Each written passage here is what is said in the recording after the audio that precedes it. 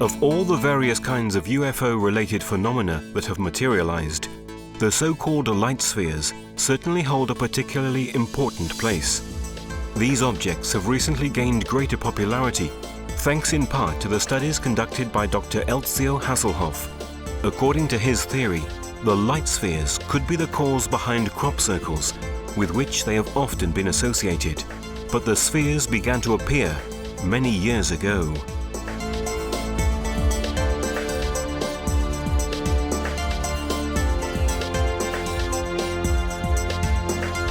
During the Second World War, airplane pilots on both sides of the war reported on several occasions that they were flanked by mysterious light spheres during their missions.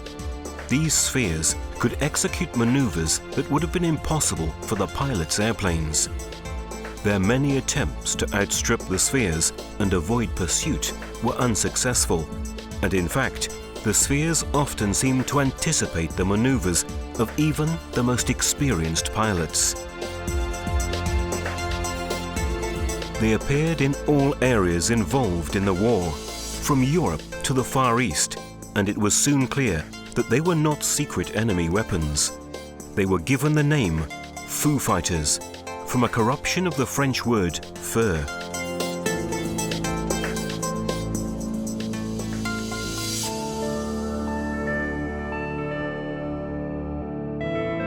The objects appeared to be glowing, bright spheres in colors ranging between red, orange, yellow, white, and green. The instruments aboard the planes experienced malfunctioning when these mysterious craft appeared, and once radar technology became operative, the pilots realized that the craft were not detected by their radar devices. El fenómeno de las esferas se inicia en la Segunda Guerra Mundial. The phenomenon of flying spheres begins to manifest during the Second World War, during the air attacks among American, English, German, and of course Italian and Japanese air forces. Cada una de estas fuerzas aéreas tuvo reportes y supo de la presencia. They all reported the presence of these spheres. Each of them thought they were secret enemies' weapons. And so they were frightened as they moved with great freedom. They could come very close to or move away from airplanes, almost passing between them. The committees established by both the Allies and the Germans to investigate the phenomenon did not officially reach any serious result. Initially, the pilots and their superiors were bewildered and understandably afraid that the spheres were secret enemy weapons. They later became accustomed to this presence, considering it innocuous. According to the pilot's statements, the objects were filmed on several occasions, but the films have since been kept in secret military archives. Footage filmed by random witnesses began to appear in the 1950s. These films showed the objects both alone and in groups, and what we see in the images confirms the statements made by the military pilots. In this film, we see that the cameraman has located a sphere hovering in the sky and an airplane flying nearby. Amongst the first to suggest that these craft may be extraterrestrial was the Polish-American George Adamski, the first and most famous of the contactees, that is, human beings who come into repeated contact with beings presumed to have come from other worlds. Adamski declared that these flying objects were remote-controlled surveying probes that extraplanetary spaceships had launched into Earth's orbit for study purposes. Their shape could be spherical or disc-like, and their size could vary from just a few centimeters to several meters in diameter. He filmed a number of them in flight. Over the course of the years, further films added to the wealth of footage showing these mysterious craft, giving a sense of continuity to their mysterious presence and origins. This film was recorded in January 1976 over Wiltshire during an experimental Concorde flight. It was filmed by British Airways staff working on another plane. The maneuvers that the white sphere executes are perfect examples of what the military pilots had described during the Second World War. The object flies beside the Concorde, glides along its windows, and then, suddenly, darts upward at top speed. In recent years, these probes have come ever closer to cities, at times flying literally right above the rooftops, sometimes even closer to our streets. Amongst the most significant material in which these probes appear is this video, recorded in the Capão Redondo area of São Paulo, Brazil, on January the 2nd, 1998. This video is all the more interesting because the object was sighted very close to an inhabited area. The object, which measures approximately 20 centimeters, made no noise and was found about 200 meters from the young man who witnessed it, Alan Bruno de Oliveira. A remarkable number of witnesses saw the apparatus undergo transformations. This was made possible by its proximity to the witnesses, as well as the duration of the sighting. Over the course of half an hour, the probe completed several transformations above the houses of Capão Redondo. The movements that the little craft made suggest that a form of intelligence is driving it, halting sharply and suddenly changing direction and speed. It seems to have its own propulsion mechanism.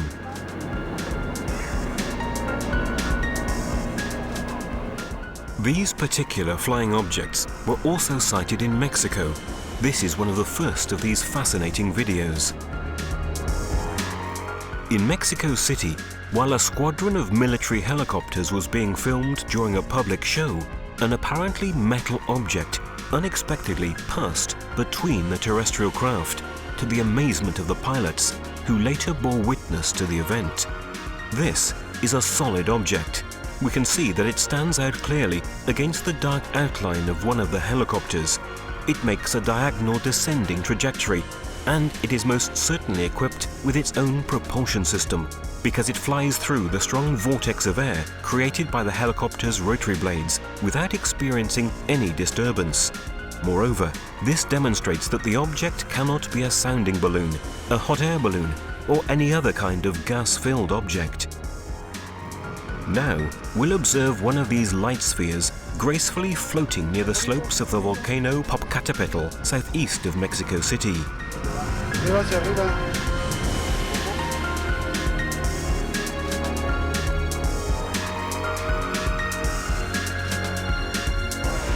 This document shows another one of these spheres flying at a very low altitude above the Mexican city of Guadalajara.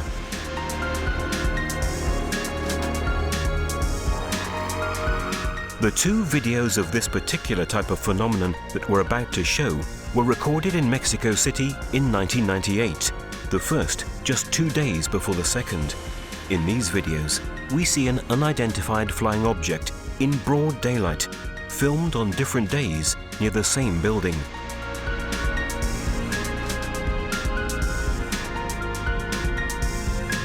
In the first video, the object hovers by the side of the building. When the witness zooms in, we can clearly see the remarkable brightness of the rosy color that the sphere emanates. In the second video, recorded 2 days later, we initially see a dark object cross the sky. After a brief stretch, it begins to descend, and we can perceive a change in its brightness. After a slow and indecisive glide, we see it move once again along the side of the same building, shown in the previous video. Then it rises again and slowly moves away.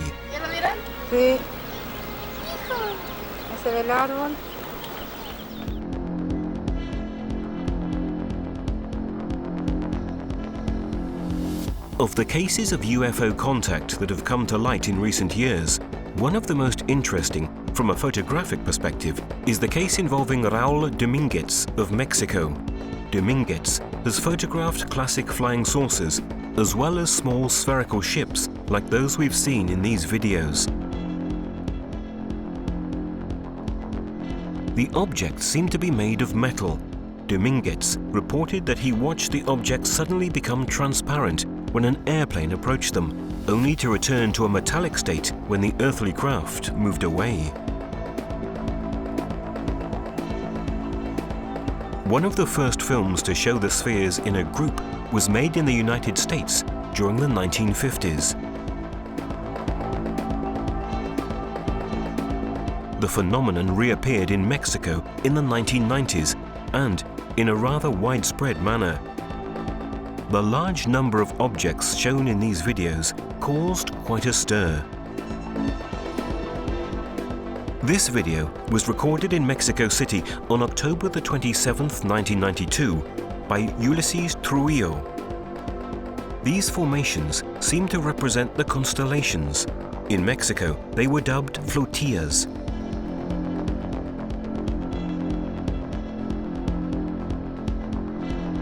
In this short video, one of the objects increases speed and, flying vertically, passes by a slower object. The presence of light spheres is not limited to the skies over our planet. They have also been sighted in space and filmed during both American and Russian missions.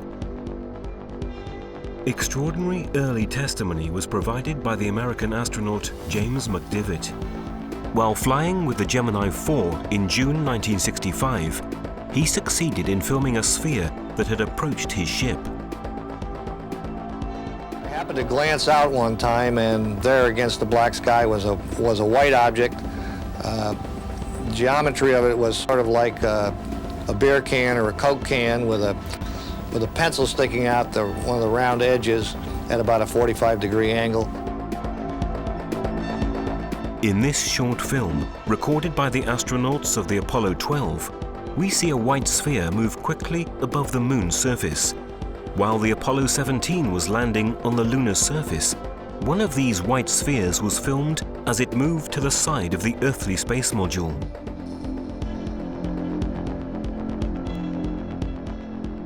During mission STS-51A of the American shuttle Discovery in November 1984, an apparently metal object entered into the video camera's field of vision, making a quick maneuver to the right and then disappearing again. When watching the scene again, we can see how the light and shadows change as the object moves, in correspondence with the overall light and shadows in the scene.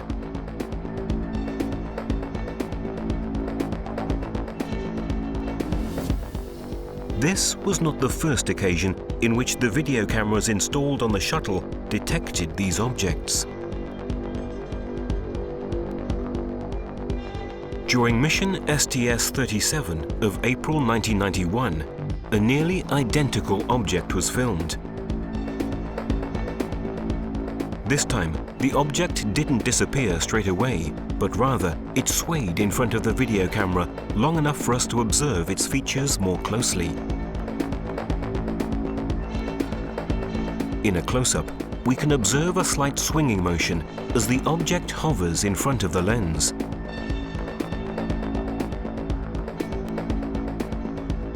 We can also evaluate how its shadow changes as it moves, indicating that the object is three-dimensional. The next video is even more extraordinary. It was recorded in August 1991 by a Japanese colleague who accompanied Russian astronauts Volkov and Krikalev on their mission. Initially, the images show the shuttle bringing supplies to the Mir space station. Then, the video camera catches a glowing object that stands out clearly against the dark space outside. The object seems to move, but this is actually due to the unsteady hand of the person recording the video. Later, the footage moves for a few seconds to the Earth's surface.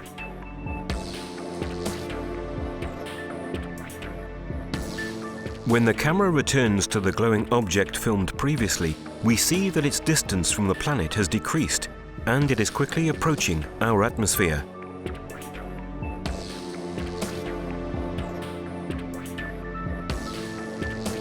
It then disappears, definitely into the faint light. The maneuver demonstrates that unidentified flying objects enter into our atmosphere. It was the first time such a clear video showing this kind of event had been recorded. Specialists at the Russian Mission Control Center call these phenomena anomalies, a word that actually makes many significant implications.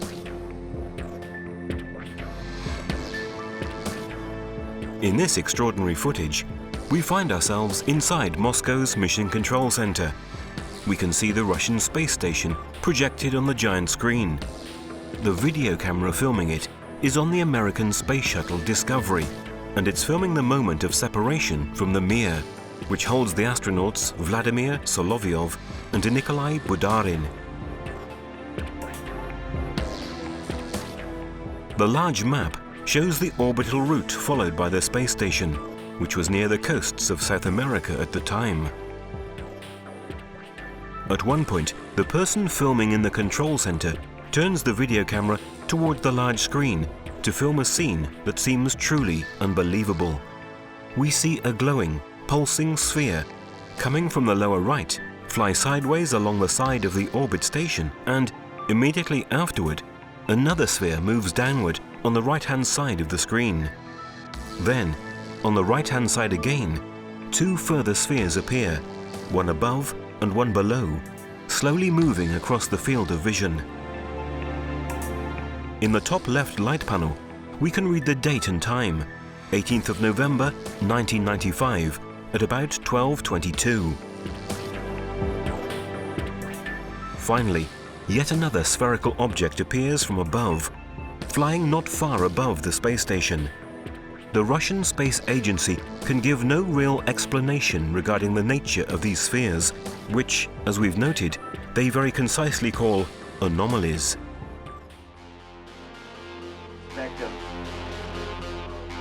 The video we're about to see was recorded by an American researcher who prefers to remain anonymous for security reasons.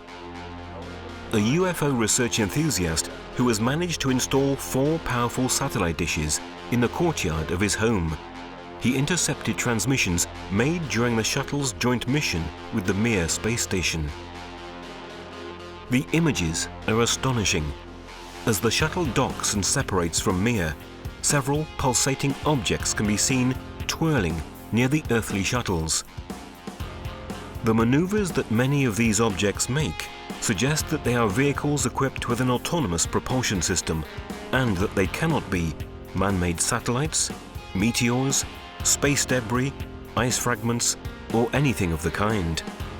Their sudden acceleration or sharp halting movements seem to demonstrate that these vehicles may be built with technologies unknown to us. This incredible document is from mission STS-84 of the American space shuttle Atlantis. Here we see the entire filmed sequence. We can make out part of the shuttle's hull and Mir in the distance.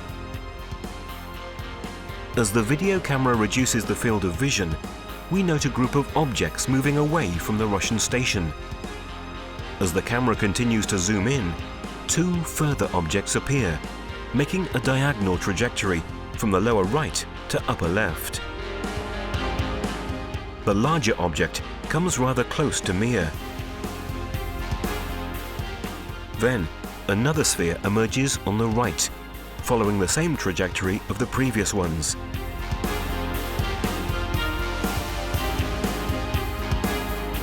Immediately afterward, we note a white sphere in the lower right-hand corner of the screen, followed by other, smaller and faster objects.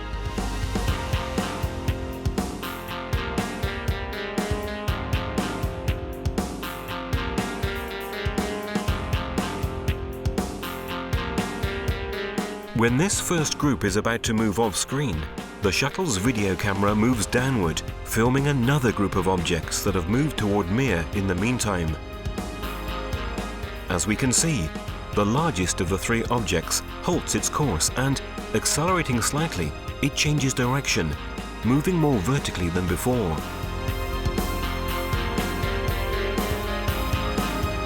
Finally, a new glowing, pulsing sphere arrives from below.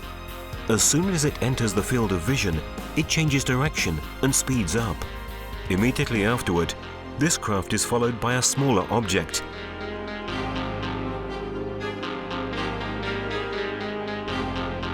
and then by a second, which flies out from beneath the space station.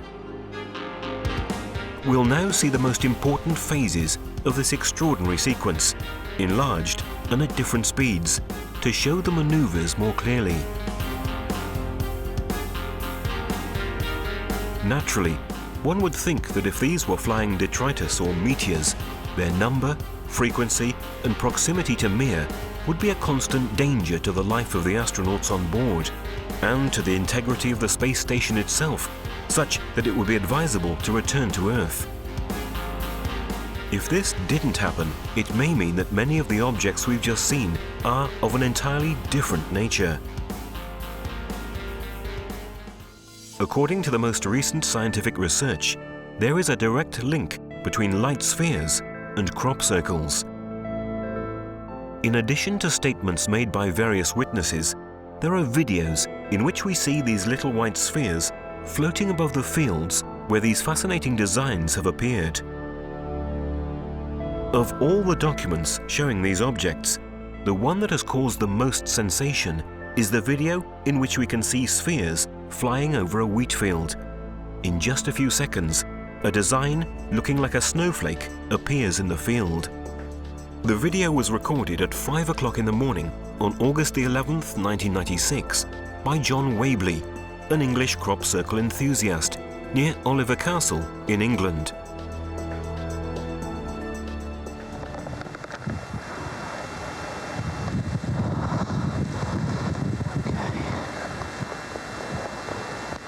This is amazing.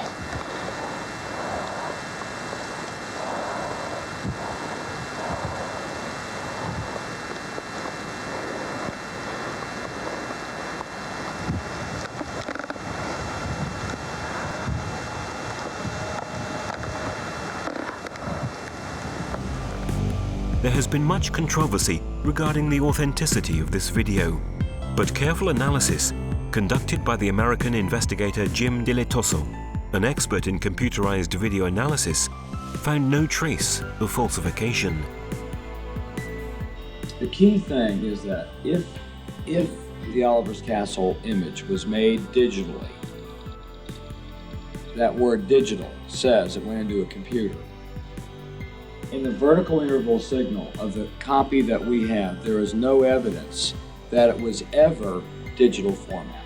So point of the story is I find no evidence of the hoax in the Oliver's Castle crop circle formation, and I find enough unique and interesting things to think that it very well could be real and should be studied further.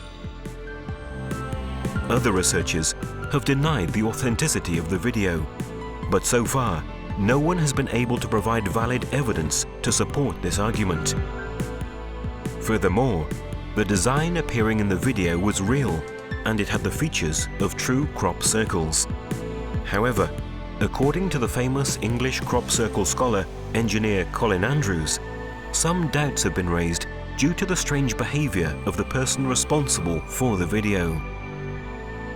So I am, unfortunately, as a researcher, not qualified in that field, simply to accept that Jim believes it, and others, it to be technically real, authentic, and yet the groundwork into the individual concerned is highly questionable, rather than I am so sorry not to be able to totally embrace it.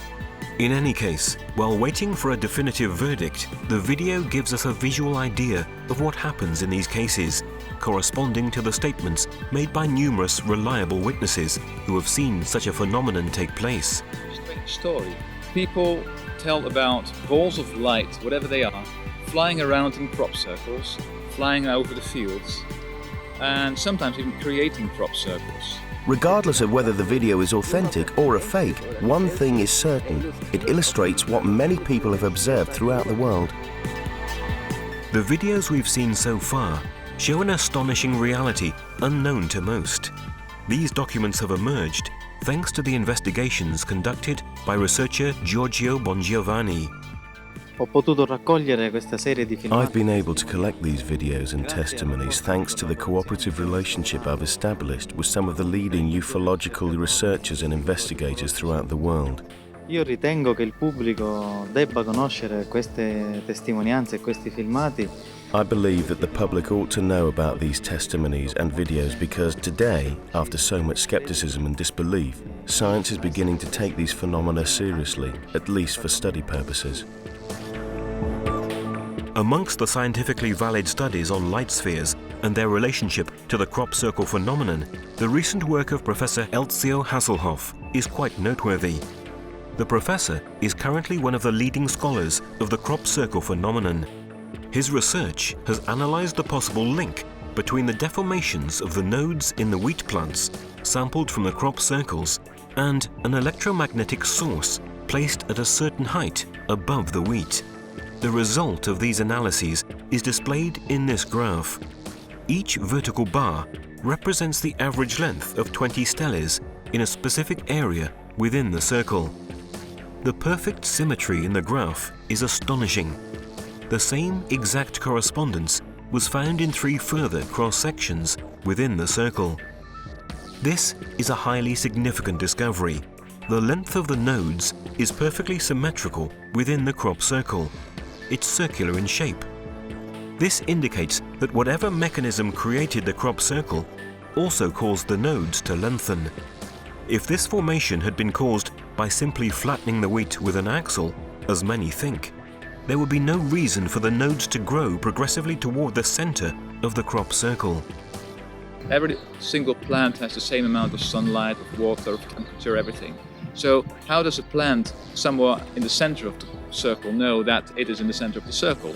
If you look at this distribution of thermal expansion of these plants, of the cells, you find that it perfectly matches the heat distribution that would be created by a little heat source, a spherical source of electromagnetic radiation, which would heat up the crop. Don't ask me how. The match is just perfect. And actually you can extract the height of this source from the distribution of this thermal expansion.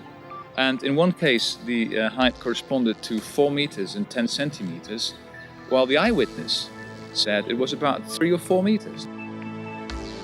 The measurements taken for the average length of the nodes have been discovered to correspond perfectly to theoretical values if the source of the radiation had been at a height of 4.1 meters above the plants. This finding perfectly fits the statements made by witnesses and the images shown in the Oliver Castle video. You find quantitative evidence which corresponds perfectly to what these people say. So at that point in time, you can't just ignore what these people say. You should at least pay attention to them. Professor Haselhoff has written an article giving details of identical results achieved in other crop circles. In the article, he arrives at the conclusion that the electromagnetic light spheres must be involved with the development of the crop circles. The article was published in Physiologia Plantarum, a scientific journal on plant physiology and biophysics. Thanks to this publication, the idea that the flying light spheres are in some way responsible for the crop circles is no longer just a hypothesis. Thus, what we've seen so far has confirmed that unusual objects are flying in our skies and producing extraordinary phenomena such as crop circles. The complex nature of the data gathered suggests that the phenomenon originates from a form of intelligence. It's up to us to continue seeking and to understand whether this intelligence has terrestrial origins.